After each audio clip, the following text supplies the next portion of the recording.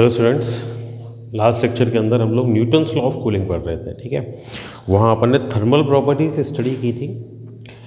यहाँ अपन second portion अपना थर्मो का स्टार्ट करेंगे, which is thermodynamics. Thermodynamical laws जो हैं उनकी स्टडी अपन इस पोर्शन के अंदर करेंगे। ठीक है, अब देखो थर्मोडायनेमिक्स अपन स्टार्ट करने जा रहे हैं।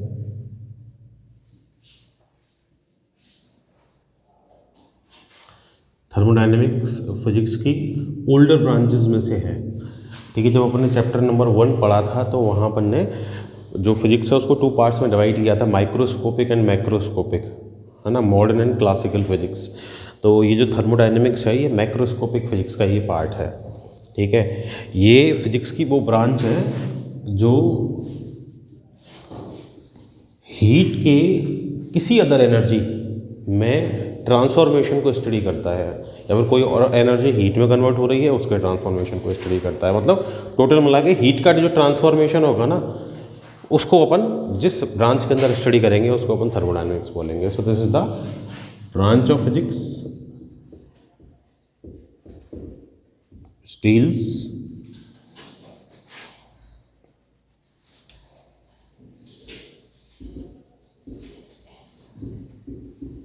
with the transformation of heat। ठीक है,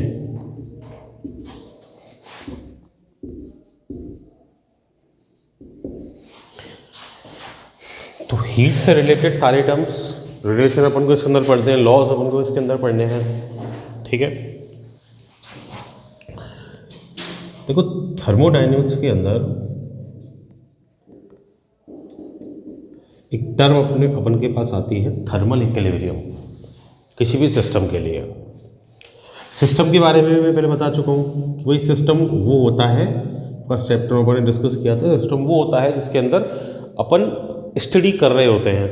ठीक है, कोई भी चीज़ की स्टडी जिस भी सराउंडिंग के अंदर होती है, जिस भी स्पेसिफिक एरिया के अंदर होती है, वो अपना सिस्टम होता है। सिस्टम माइक्रोस्कोपिक, मैक्रोस्कोपिक कैसा भी हो सकता है, छोटा बड़ा कैसा भी हो सकता है। ठीक है, अब थर्मल इक्विलिब्रियम क्या है? थर्मल इक्विलिब्रियम अपन सिस्टम के लिए लेते हैं। ठीक है, थर्मल इक्विलिब्रियम उस सिस्टम को अपन बोलते हैं जिस सिस्टम के अंदर थर्मोडायनेमिकल वेरिएबल्स, नई टर्म में यूज कर रहा हूँ, थर्मोडायनेमिकल या थर्मोडायनेमिक वेरिएबल्स क्या है? वो वेरिएबल जो किसी भी थर्मोडायनेमिक स्टेट या सिस्टम की स्टडी करने के लिए अपन को चाहिए होते हैं, रिक्वायर्ड होते हैं, उनको अपन थर्मोडायनेमिक वेरिएबल्स बोलते हैं। जैसे प्रेशर हो गया, वॉल्यूम हो गया, टेम्परेचर हो गया, मास हो गया, सिस्टम की कंपोजिशन हो गई। ये सारी चीज़ें अपन को किसी भी सिस्टम की स्टडी के लिए रिक्वायर्ड होती हैं। ये सारी जो चीज़ें हैं इनको अपन क्या बोलते हैं? थर्मोडायनेमिक वेरिएबल्स बोलते हैं। तो ये जो थर्मोडायनेमिक वेरिएबल्स हैं ये जिस किसी भी सिस्टम के लिए कांस्टेंट रहेंगे, अनचेंज रहेंगे, उस सिस्टम को अपन बोलेंगे कि ये सिस्टम किसमें है? थर्मल इक्विलिब्रियम में है। मतलब कोई ऐसा सिस्टम मान लो, कोई एक कंटेनर हो गया, कंटेनर के अंदर मेरे पास गैस है, उस गैस को मैंने बिल्कुल सराउंडिंग से आइसोलेट कर दिया, है ना। एक कंटेनर ले लिया, तो उस कंटेनर का अपनी सराउंडिंग के साथ कोई कनेक्शन नहीं है, उसको बिल्कुल आइसोलेट कर दिया। उसके अंदर मैंने कोई गैस डाल दी, उसको मैं बिल्कुल नहीं छेड़ रहा हूँ, प्रेशर चेंज नहीं होगा, टेम्परेचर चेंज नहीं होगा, वॉल्यूम उसका चेंज नहीं होगा, मास उसका चेंज नहीं हो रहा, उसका कंपोजिशन चेंज नहीं हो रहा, तो वो जो गैस उस कंटेनर के अंदर है कैसी गैस हो गई? वो थर्मल इक्विलिब्रियम में हो गई। ठीक है, तो थर्मल इक्विलिब्रियम क्या है? ये थर्मल इक्विलिब्रियम का मतलब है व्हेन थर्मोडायनेमिक वेरिएबल्स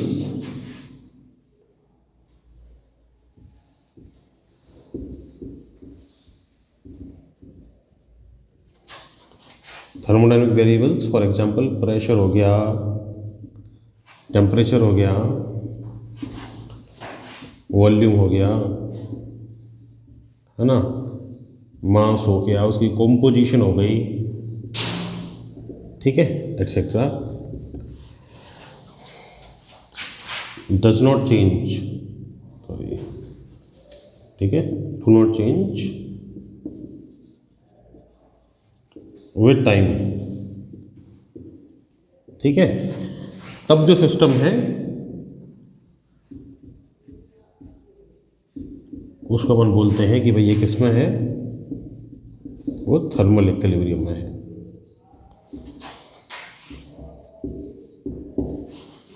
ठीक है। अब एग्जांपल मैंने बता दिया कि भाई आइसोलेटेड कंटेनर के अंदर कोई भी गैस हो सकती है, कोई रिजिड कंटेनर है अपने पास, है ना, आइसोलेट कर दिया, उसके अंदर गैस डाल दी, कुछ चेंज नहीं हो रहा उसका, तो वो किस में हो गई, थर्मल इक्विलिब्रियम में हो गई। ठीक है। अब जब थर्मल टेम्परेचर के बारे में, सॉरी हीट के बारे में अपन को पढ़ना है ना, तो इसके लिए कुछ लॉज स्पेसिफाइड हैं। There are 3 laws of thermodynamics, 0th law, first law and second law, जो कंप्लीट थर्मोडाइनमिक्स को डिस्क्राइब करते हैं। ठीक है। तो देखें अपन सबसे पहले 0th लॉ ऑफ थर्मोडाइनमिक्स क्या है।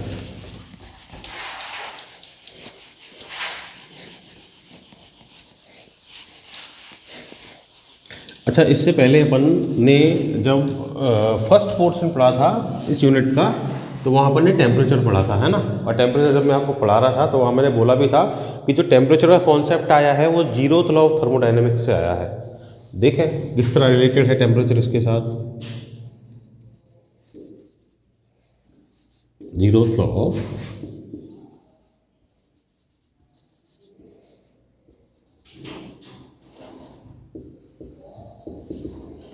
थर्मोडाइनमिक्स, है ना, यहाँ से क्या है, अपना कॉन्सेप्ट आया है टेम्परेचर का। ठीक है।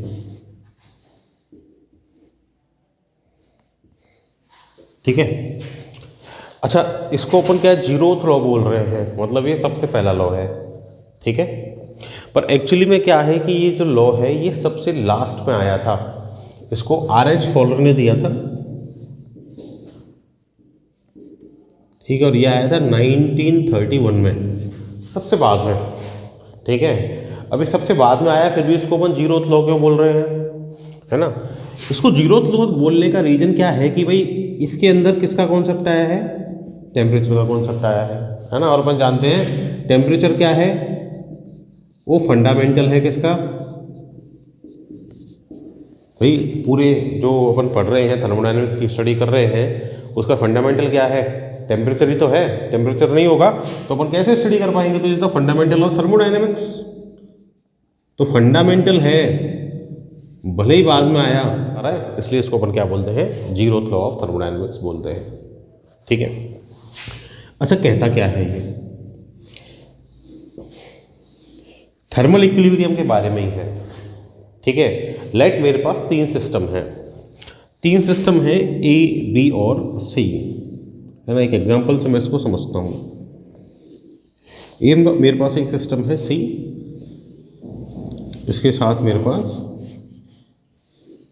ये 2 नीचे सिस्टम है, ये A और ये B। ठीक है। थर्मल इक्विलिब्रियम की डेफिनेशन अपन ने पढ़ी कि भाई थर्मल इक्विलिब्रियम मतलब सारे जो वेरिएबल हैं उसके वो कैसे हो जाएंगे, वो कांस्टेंट हो जाएंगे। ठीक है। लेट ये जो ABC ये 3 सिस्टम है मेरे पास, इसमें AB को जब C के साथ रखा मैंने, तो यहाँ बीच में मैंने ये और एक ये 2 वॉल लगाई है ना। एक वॉल तो ये है, ठीक है, और एक वॉल मेरी ये है ना। दोनों डिफरेंट वॉल हैं। ये तो लेट डायथर्मिक वॉल में लगाऊंगा। डायथर्मिक वॉल मतलब ये क्या कर सकती है, हीट का एक्सचेंज कर सकती है। ठीक है। एक वॉल मैंने यहाँ लगाई, ये अपनी एडिएबेटिक वॉल हो गई। ठीक है। तो लेट में 3 सिस्टम्स ले रहा हूँ ABC, जिसमें से A और B के बीच में तो एडिएबेटिक वॉल है, AB के साथ जहाँ C कनेक्ट हो रहा है वहाँ पे डायथर्मिक वॉल है, मतलब वहाँ पे क्या हो सकता है, हीट का एक्सचेंज हो सकता है आपस में। ठीक है। तो जो 0th लॉ है वो ये बोलता है कि अगर ये A और B दोनों सिस्टम सेपरेटली अलग अलग C के साथ थर्मल इक्विलिब्रियम में है, तो A और B भी आपस में थर्मल इक्विलिब्रियम में होंगे। It states that if A and B are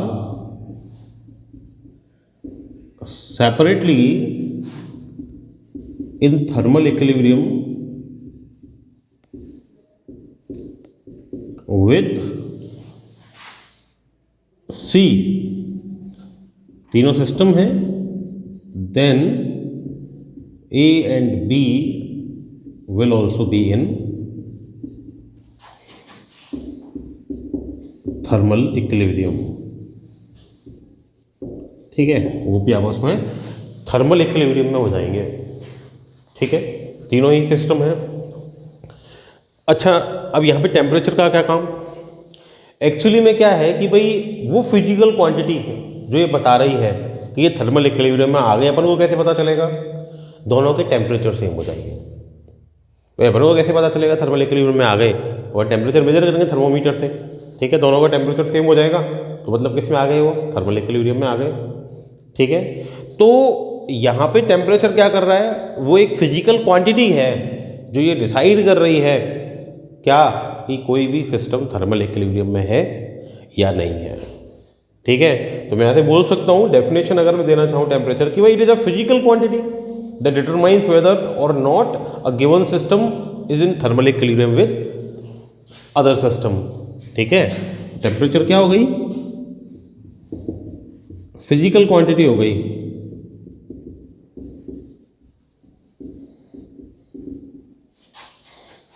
which determines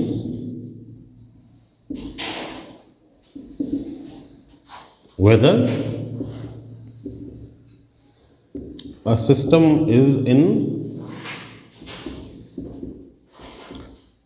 thermal equilibrium with other system।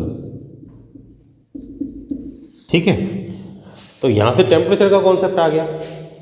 ठीक, तो टेम्परेचर की फॉर्म में भी मान लो मैं इसको बोलना चाहूँ कि भाई टेम्परेचर की फॉर्म में जीरोथ लॉ क्या है, तो मैं ये बोल सकता हूँ कि भाई एक ऐसी स्केलर क्वांटिटी है, ठीक है, जिसको अपन टेम्परेचर बोलते हैं, और वो हर एक थर्मोडायनेमिक सिस्टम के अंदर मिलेगा अपन को, है ना। हर एक थर्मोडायनेमिक सिस्टम के साथ वो रिलेट होगा, प्रॉपर्टी होगी।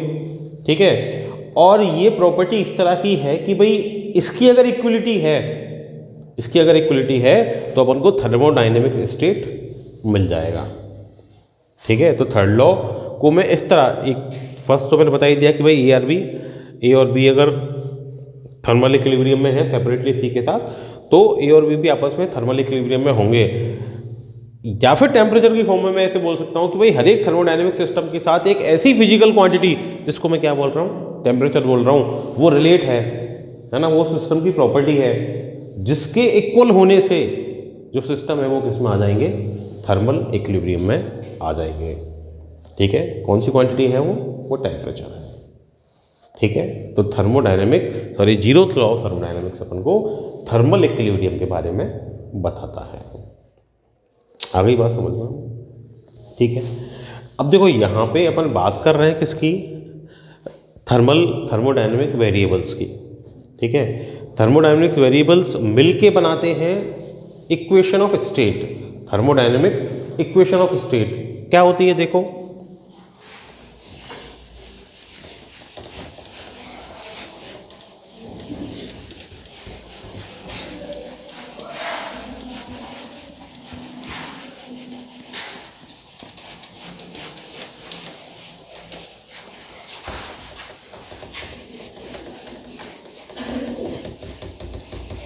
देखो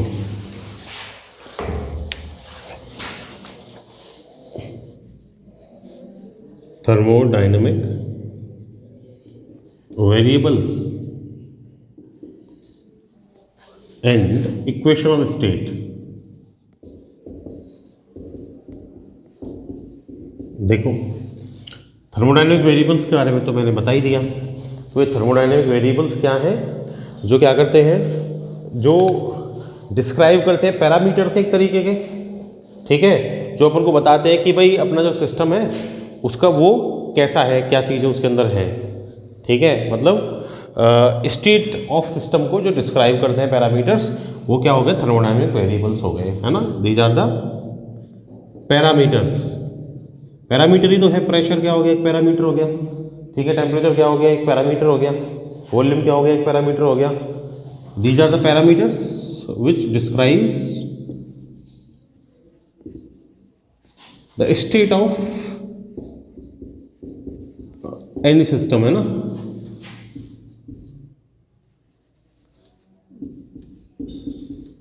एग्जाम्पल तो मुझे पता है, प्रेशर, टेम्परेचर,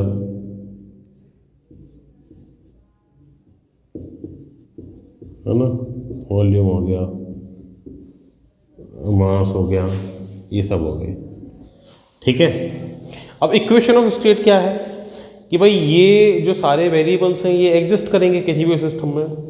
इन वेरिएबल्स में जो रिलेशन बताएगी इक्वेशन, ठीक है, these are the state variables. इन स्टेट वेरिएबल्स में रिलेशन बताने वाली जो इक्वेशन होगी ना, उस इक्वेशन को अपन बोलेंगे equation of state. So equation of state is what? भाई इक्वेशन तो अपन जानते हैं ना क्या होती है, रिलेशन ही होता है कोई भी वेरिएबल्स में। ठीक है। Equation of state is the equation which relates between thermodynamic state variables। जैसे कि अपने आइडियल गैस इक्वेशन पढ़ी होगी, है ना। Ideal gas equation PV equal to nRT। तो क्या बता रही है ये? रिलेशन ही तो बता रही है। P प्रेशर, V वॉल्यूम और T टेम्परेचर, तीनों क्या है? थर्मोडाइनेमिक वेरिएबल्स ही तो है ना। और तीनों थर्मोडाइनेमिक वेरिएबल में जो रिलेशन बता रहा है ये इक्वेशन क्या हो गई? ये थर्मोडाइनेमिक स्टेट इक्वेशन हो गई। ठीक है।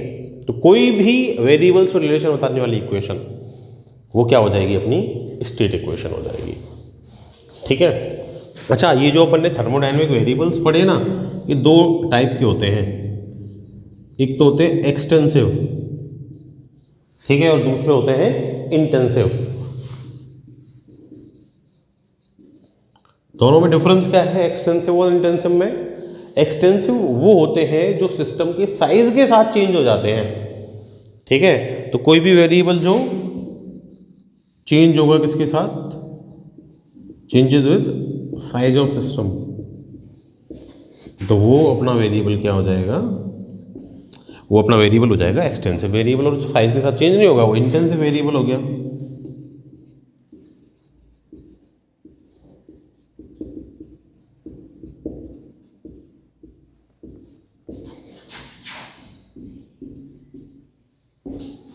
ठीक है। अब क्या होता है कि देखो, जब अपन किसी भी सिस्टम की स्टडी करते हैं ना, तो एक्चुअली में इन वेरिएबल्स की स्टडी कर रहे होते हैं। तो जिस सिस्टम के अंदर अपन इन वेरिएबल्स की स्टडी कर रहे होते हैं वो अपना थर्मोडायनेमिक सिस्टम होता है। ठीक है। थर्मोडायनेमिक सिस्टम या किसी भी सिस्टम की स्टडी के लिए वो सिस्टम ऑलमोस्ट कैसा होना चाहिए? ऑलमोस्ट रेस्ट होना चाहिए, ऑलमोस्ट स्टैटिक होना चाहिए। ठीक है। तो ऑलमोस्ट स्टैटिक होगा तभी अपन क्या कर पाएंगे? ये सारी चीज़ें जो है इनकी स्टडी कर पाएंगे, इनको मेजर कर पाएंगे। ठीक है। अगर मान लो कॉन्टिन्यूस वेरिएशन सिस्टम के अंदर है तो अपन इनकी स्टडी नहीं कर पाएंगे। ठीक है। तो ऐसा सिस्टम जिसको स्टडी के लिए अपन ऑलमोस्ट क्या माने? रेस्ट में माने, स्टैटिक माने, उस सिस्टम को अपन क्या बोलते हैं? उस सिस्टम को बोलते हैं क्वासी स्टैटिक सिस्टम।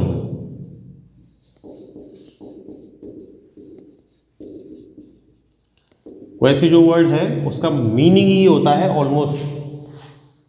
ठीक है। मतलब ऐसे बोल लो कि ऑलमोस्ट स्टैटिक सिस्टम हो गया ये। ठीक है। पूरी तरीके से स्टैटिक नहीं है लेकिन अपन ने स्टैटिक मान लिया। ठीक है। मतलब जो प्रोसेस ऑफ चेंज है ना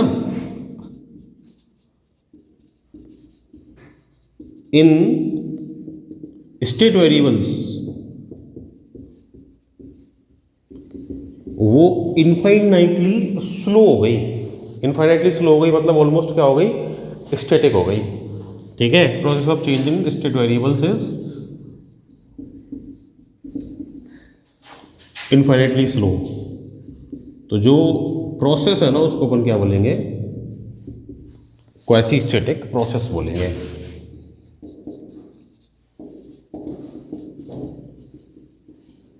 कंपल्सरी भी क्वासी स्टैटिक प्रोसेस कंसीडर करना, क्यों? क्योंकि अगर मान लो अपना जो प्रोसेस चल रही है किसी भी सिस्टम के अंदर वो कॉन्टिन्यूसली वेरी कर रही है और वेरिएशन बहुत फास्ट है तो मेजरमेंट नहीं हो सकता। ठीक है, मेजरमेंट करना है तो कहीं रुकना पड़ेगा। तो अपन क्या करते हैं कि भाई हर एक स्टेज जिस पे अपन मेजरमेंट कर रहे हैं अपन ये मानते हैं कि वो हर एक स्टेज क्या है, स्टेशनरी है। तो जो स्टेज अपन ने स्टेशनरी मान ली वो क्या हो गई, उसके लिए सिस्टम क्या हो गया, क्वासी स्टैटिक सिस्टम। और जो प्रोसेस है वो क्या हो गई, क्वासी स्टैटिक प्रोसेस हो गई। ठीक है, जो भी प्रोसेस वहाँ चल रही है वो क्या हो गई, क्वासी स्टैटिक प्रोसेस हो गई। ठीक है, अब ये जो स्टेट वेरिएबल्स हैं, ये स्टेट वेरिएबल्स में मान लो वेरिएशन हो रहा है, वेरिएशन हो रहा है तो वेरिएशन मेजर होगा, ग्राफ बनेगा। तो जो ग्राफ बनेगा उसको अपन बोलेंगे इंडिकेटर डायग्राम। इंडिकेट कर रहे हैं ना ये वेरिएशन को, इंडिकेटर डायग्राम क्या हो गया, ग्राफ हो गया एक तरीके का, है ना। किस किस के बीच में, ग्राफ बिटवीन थर्मोडायनेमिक वेरिएबल्स।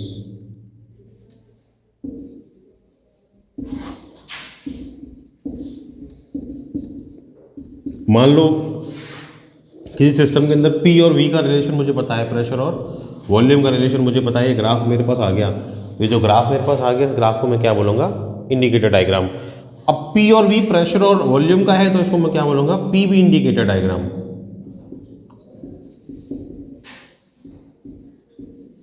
ठीक है, this is PV indicator diagram. तो इंडिकेट करने वाला जो डायग्राम हो गया, this is PV indicator diagram. ठीक है, अब अपनी जो प्रोसेसेस हैं, अब देखो क्या होगा कि भाई ये सारी क्वांटिटीज चेंज हो सकती हैं, वो सारी क्वांटिटीज चेंज हो सकती हैं, प्रेशर हो, वॉल्यूम हो, टेम्परेचर हो। ठीक है, तो इसमें से एक चेंज होगी, बाकी क्या रहेंगी, बाकी की कांस्टेंट रहेंगी।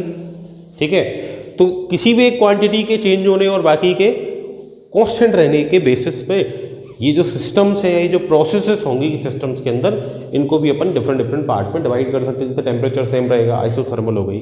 ठीक है, प्रेशर सेम रहेगा, आइसोबैरिक हो गई। ठीक है, मान लो हीट का एक्सचेंज नहीं हुआ, एडिबेटिक हो गई। ठीक है, केमिस्ट्री में आपने थर्मोडायनेमिक्स में पढ़ भी ली होंगी। ठीक है, उसके बेसिस पे इन प्रोसेस को अपन डिफरेंट पार्ट्स में बांट सकते हैं। तो ये तो आज जो अपन ने पढ़ा ये बेसिक हो गया। ठीक है, डेफिनेशंस वगैरह अपन को याद रखनी है। तो कल से अपन वो प्रोसेस के जो टाइप हैं वो स्टडी करेंगे। ठीक है, that's all for today, thank you.